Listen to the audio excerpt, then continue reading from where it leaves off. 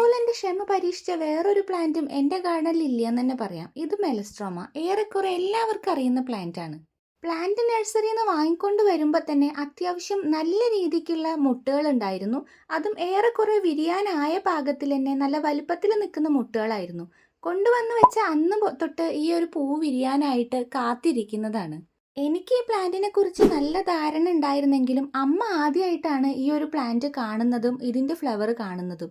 അതുകൊണ്ട് തന്നെ ഇതിൻ്റെ പൂവ് എങ്ങനെ ഉണ്ടായിരിക്കും എന്ന് അറിയാനുള്ള ക്യൂരിയോസിറ്റി എന്നേക്കാൾ കൂടുതൽ ആൾക്കായിരുന്നു. പ്ലാന്റ് വാങ്ങിക്കൊണ്ട് വന്നത് അമ്മയും ഏട്ടനും തന്നെയാണെങ്കിലും അന്ന് മൊട്ട് മാത്രമേ ഉണ്ടായിരുന്നുള്ളൂ, ഫ്ലവർ ഒന്നും ഉണ്ടായിരുന്നില്ല.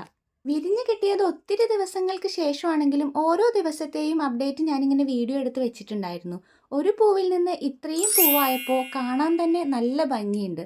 പ്ലാന്റ് അത്ര വലുപ്പമൊന്നുമില്ല, പക്ഷെ നിറയെ പൂക്കളും നിറയെ മുട്ടുകളും ഉണ്ട്.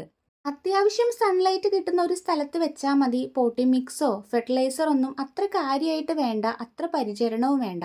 എന്നാൽ പൂക്കളാണെങ്കിലോ വർഷത്തിൽ എല്ലാ ദിവസവും പൂക്കളും ഉണ്ടാവും. വെയിലാണെങ്കിലും മഴയാണെങ്കിലും പൂക്കളുണ്ടാവും. ഇതൊരു സീസണൽ പ്ലാന്റ് അല്ല. അതുകൊണ്ട് തന്നെ ഗാർഡനിലേക്ക് ഇറങ്ങിത്തിരിക്കുന്നവർക്കൊക്കെ വെച്ച് പിടിപ്പിക്കാൻ പറ്റിയ ഒരു കിടിലൻ ഓപ്ഷനാണ് മെലസ്ട്രോമ.